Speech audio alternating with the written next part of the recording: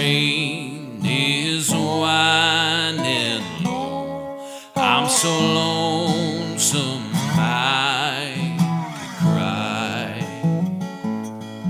Did you ever see a robin weep when he leaves begin to die? That means he's lost the will to live. I'm so lonesome I could cry.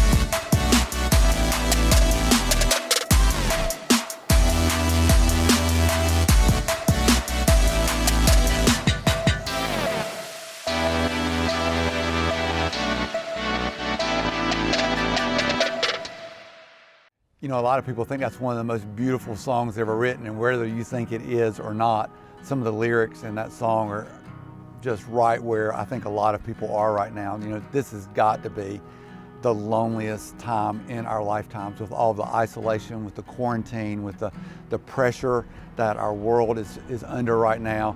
So many people struggling with loneliness. And you know, the guy who wrote those songs, Hank Williams, and Hank Williams, just to give you a little background on him, because I think it's kind of fascinating. He died when he was 27 years old, wrote tons of songs, and you know, he had chronic back pain, and his back pain was so bad that the doctors gave him morphine to drink to alleviate his back pain. And so he was touring, but when he was touring at a time when people were not touring around on buses and people were not jumping on planes to go and play shows. And so he's on his way back home, but his mother is driving him because he's in so much pain, and he's laying in the back seat of his mom's car. And she says, "Hey, we're almost home, Hank." And he kind of raises up off the back seat a little bit and looks and sees a light in the distance. And he says, "Hey, Mama, hand me a pen." And so he gets some paper and a pen, and at that little short 10-minute drive between there and when they got home, he wrote this song, and the chorus of it goes, I saw the light, no more sorrow, no more night. Now I'm so happy, no sorrow in sight. Praise the Lord, I saw the light. And you know, and that song has been sung all over the place for 40, 50, 60 years now.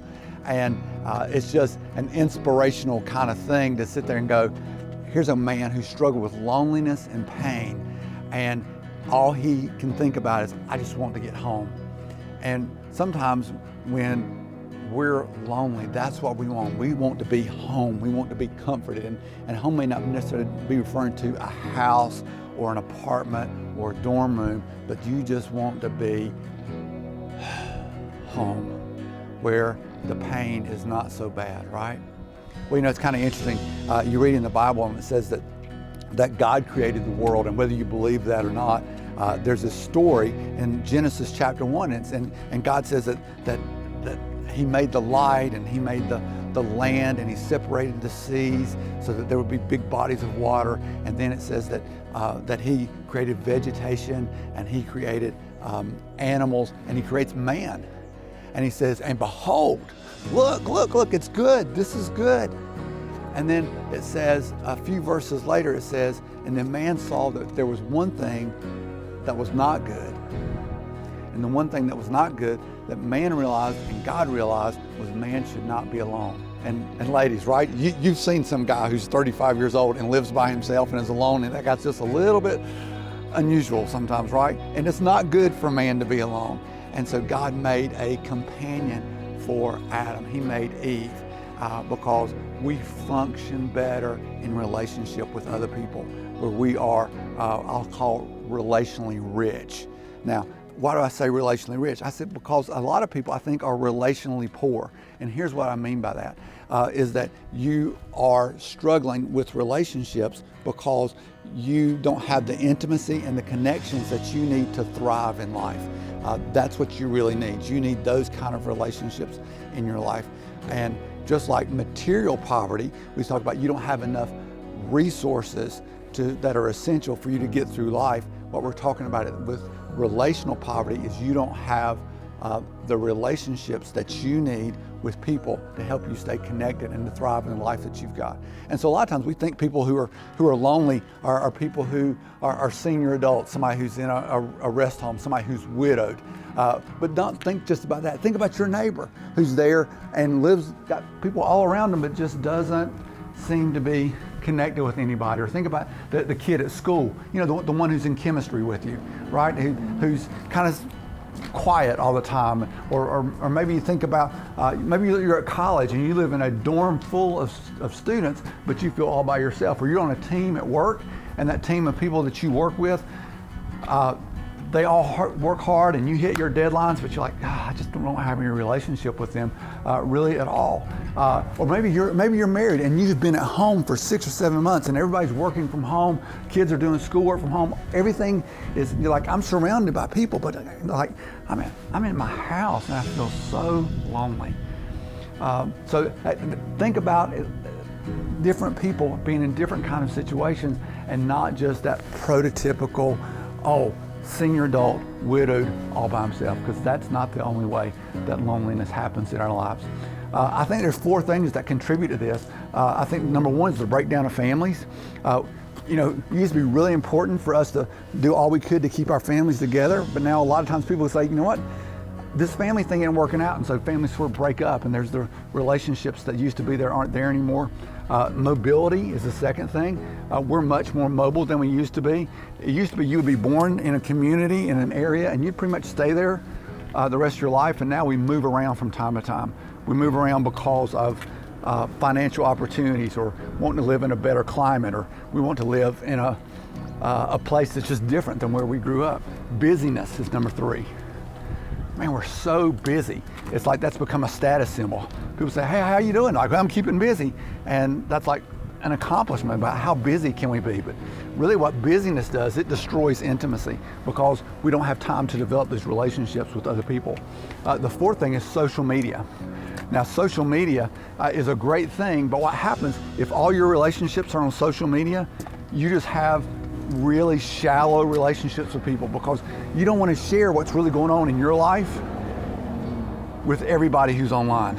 And so we don't talk about the details and the things that are stirring up inside of us with people online. And so social media, I think, contributes to this relational poverty that we've been talking about just a little bit this morning. And I guess the other thing I just want to tell you is that there's a cure for this, right? And so that's what I want to do today. I want to show you 3 ways to love the lonely and 1 way to help you get through loneliness when loneliness is overwhelming you. So that's what we're going to do today as we talk about overcoming loneliness.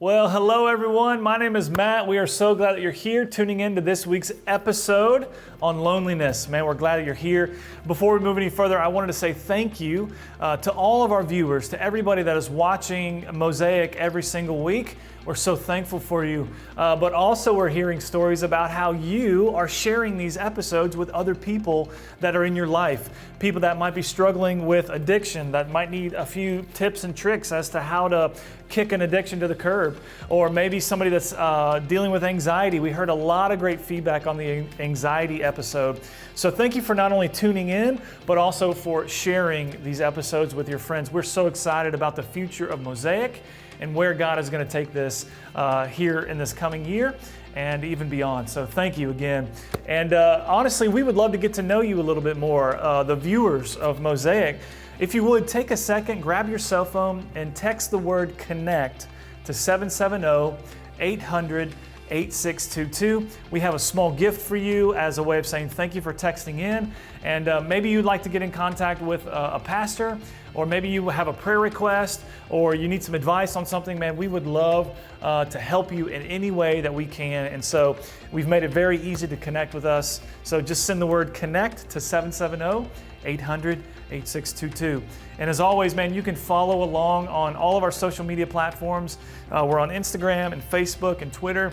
We'd love for you to become one of our friends on there and connect that way as well. So anyways, thanks again, and let's carry on.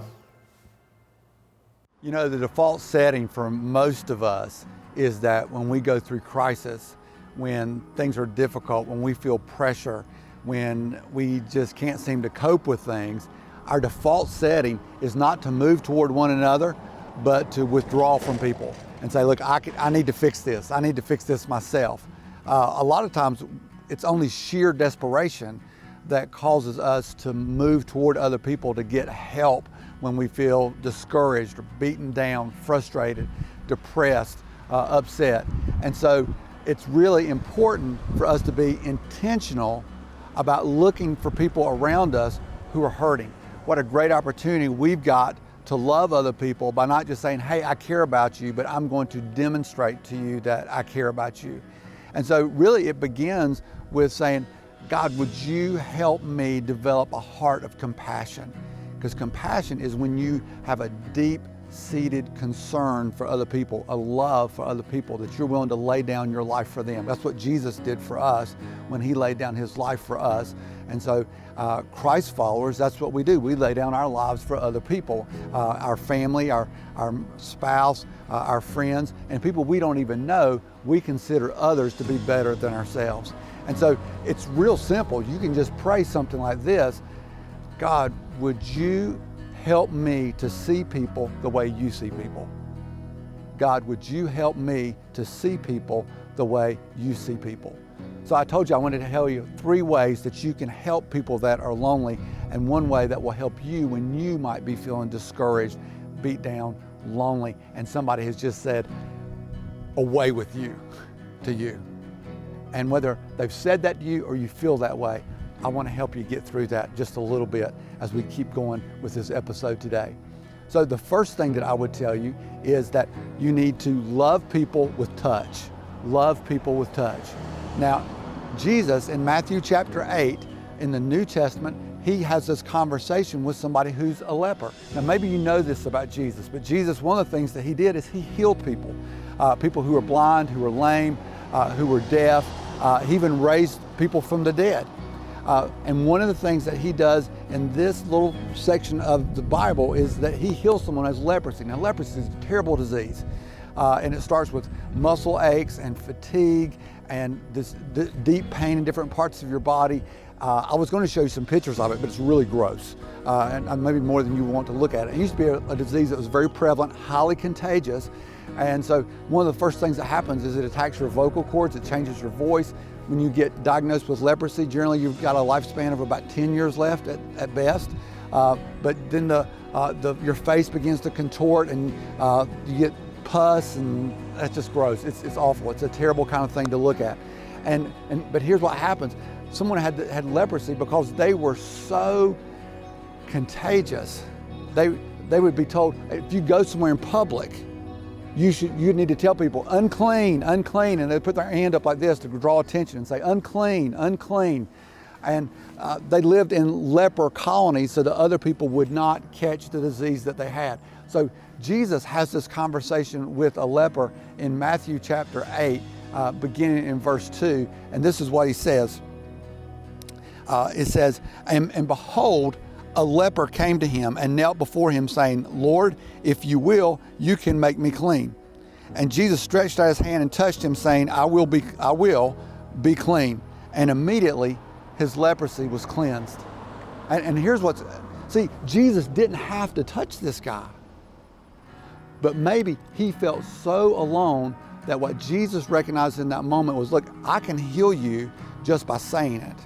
I don't have to touch you. But maybe this person had been so long since he had been that felt human touch, that Jesus said, you know what, you need to be encouraged and know that I love you no matter what. We've got people in our lives around us, and you know what, they would love if someone would pat them on the shoulder, would shake their hand, would sometimes even say, that they need a hug, and not asking them, hey, do something inappropriate, but people long for that touch. And dads, lean in here for me for a second. We really struggle with this with our children, because our boys, we're like, as they start getting bigger, we go like, I don't want to be physically affectionate with them because I don't want to do something that seems improper. It's your son. You can show him that you love him. It's okay to still give him a hug, and it's still okay to scratch his shoulders and to rub his back and those kind of things. And the other thing we struggle is with our daughters, because our daughters, they start looking, instead of like little girls, they start looking like young women. And so what happens is sometimes we go, I don't want to be too affectionate with her. And so don't do anything inappropriate. But she needs to know that you still want to show affection to her. It's okay to stroke her hair, to sit beside her and watch a movie on TV or something like that. Those things are good, they're healthy, and it reminds them that you love them, and they need that touch from you. If not, they may try and get it somewhere else. The second thing that we want to talk about is love by listening. So what happens, love by listening, most of us, we don't enter a conversation with the intent of listening. We enter a conversation thinking, okay, here's my reply. Somebody says something and we're not really listening to them, we're thinking about what we're going to say next.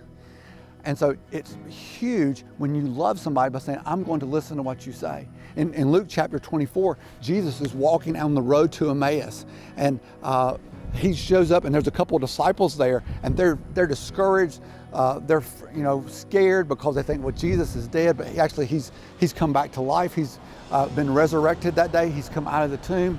And you know what Jesus could have said? He could have said, hey, I'm here. Don't be depressed. Nothing to worry about, because everything that you ever thought was going to happen bad after today turns out it's going to be better than you ever imagined. But he doesn't say that. He says, tell me what's going on. And Jesus listens to them. So listen to people. Ask them questions. How are you? How can I pray for you? Is there a way that I could help you? Instead of trying to score points of being funny and glib and entertaining and a brilliant conversationalist, be a listener. Listen to people, because they long to communicate to you sometimes what's going on in their lives. You know, the word listen and the word silent have the same letters in them. And so maybe instead of just figuring out, what can I say? Maybe you should be quiet and listen. Maybe we could do that.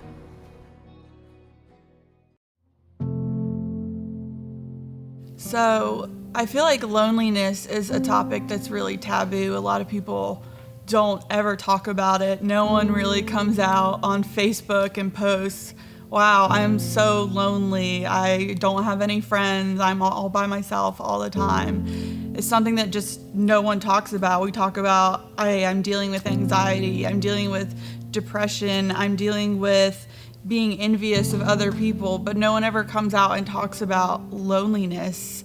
I don't know if it's like we don't talk about it because we're embarrassed to be lonely, because that means that we're saying we have no friends and we're not likable people. I feel like even more so, like Christians don't talk about loneliness, because if you go to another Christ follower and you say, hey, I am dealing with a lot of loneliness, we all know the first thing that they're going to say to you is, well, you're never alone. Jesus is with you. And when you're dealing with crippling loneliness and the pain and depression because of loneliness, the last thing you want to hear is that you're not alone, even though it may be true.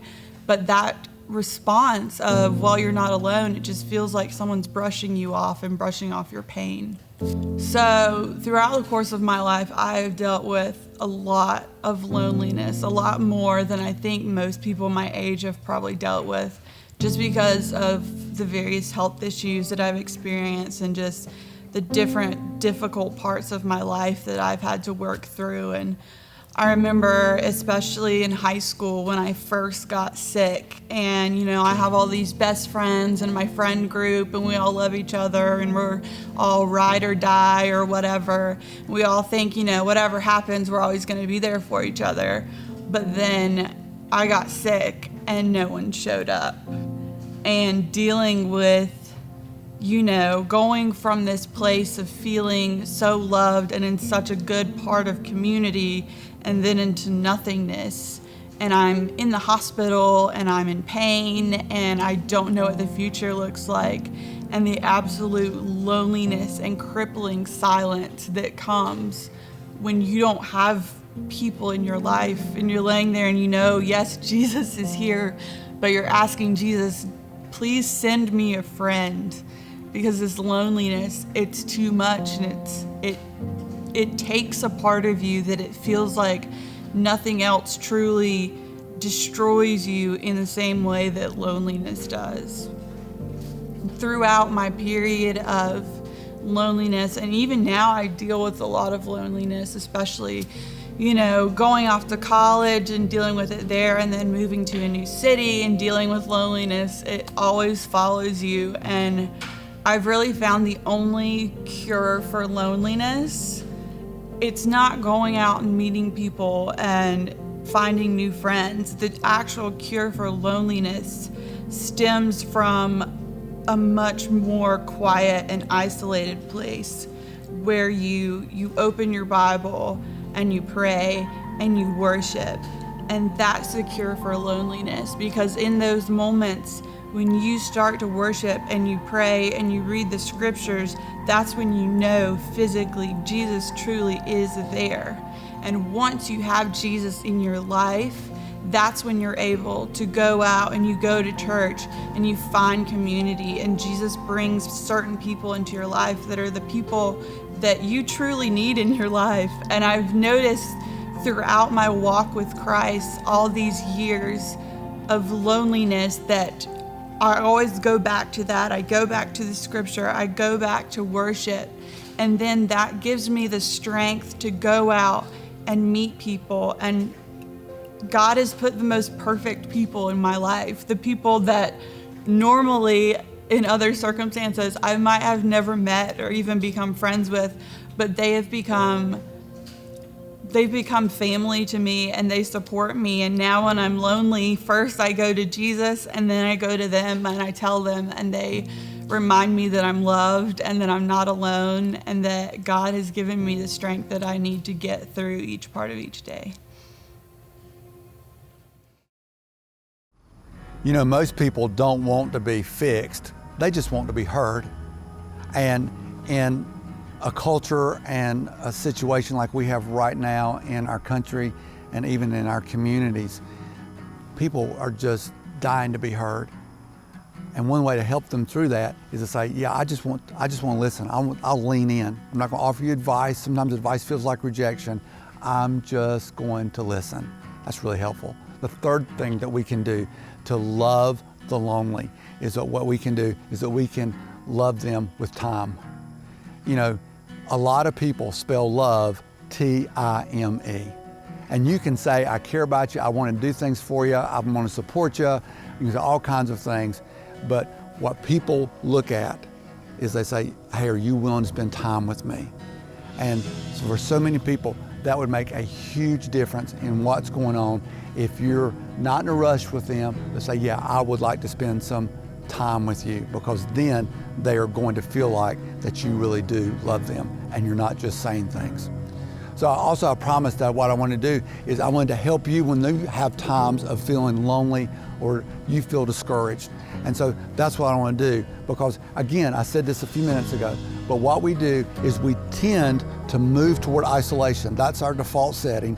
And what we have to do to be intentional about getting connected with people is that we have to be willing to say, no, I'm going to get close to people again when we have removed ourselves from them.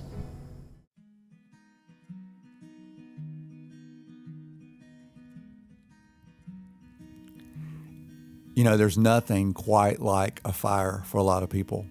There's a rhythm to it. There's a gentleness to it. A fire draws our attention, and we see that there's something going on there that's appealing to us. And in the same way, I think that's the way relationships are.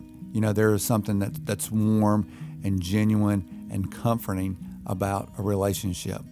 And when you're in a relationship with a lot of people, the loneliness sort of dissipates and you don't feel as far removed from people and things and situations as you were.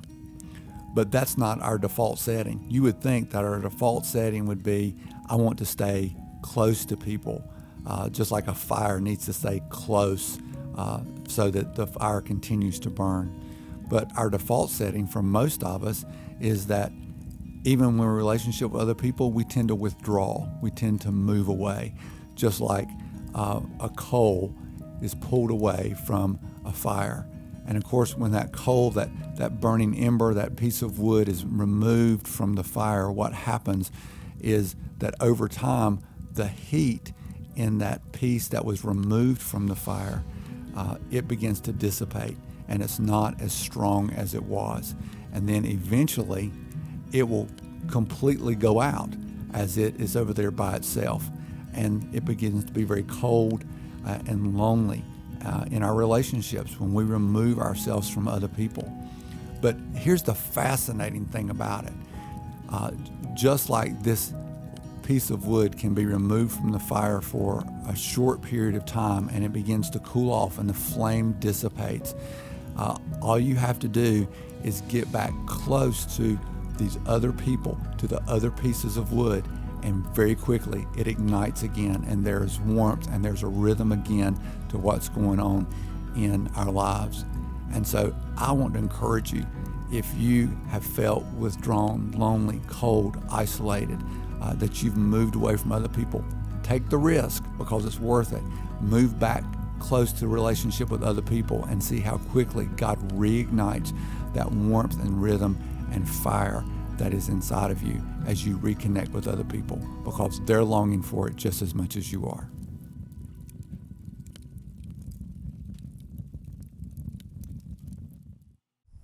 I think it's really important that when you feel discouraged and when you feel lonely is that you believe the truth and don't believe things that are not true. Your feelings will lie to you.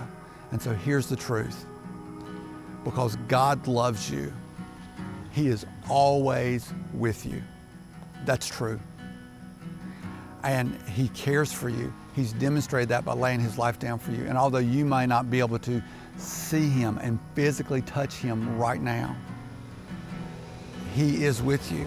And so even in those moments that you feel alone and abandoned and forgotten, you know that He is with you no matter what. It says in Isaiah 41, beginning in verse 10, it says this. It says, "Fear not, for I am with you. Be not dismayed, for I am your God. I will strengthen you. I will help you. I will uphold you with my righteous right hand." And so no matter what may be going on in your life, no matter how difficult it might seem, and in the moment it may seem awful, God is with you. He hears you and He'll respond to you. So why not put your faith and your trust in Him, knowing that He will always come through? Well, that just about does it for our teaching segment of this week's episode. We really hope that you've learned a few things about dealing with loneliness. And before we go, we have a song by the band. It's called "I'm Leaning on You." And it's all about the idea is that when we are going through a difficult time in our life, that we can lean on the Lord and that we go to Him first. And it's a powerful song, and we really hope you enjoy it. But also, if you are going through loneliness and you really don't know what your next step is or what you should do, man, we're here for you, and we would love to help you with your next steps. So, man, shoot us an email. All you got to do is say, "I need some help." That's simple, and we'll be in contact with you. That email address is hello@southcrest.church, and we would love to help. Again, that email is hello@southcrest.church, and if you're going through something, man, let us know. We're here for you. We absolutely are. So anyways, without further ado, let's check out this song by the band called "I'm Leaning on You." Hope you like it.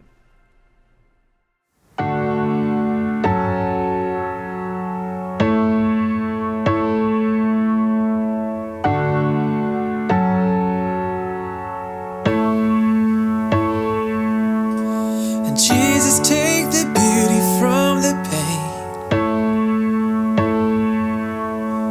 Jesus, lift these weary hands again. Turn the silence into songs of praise.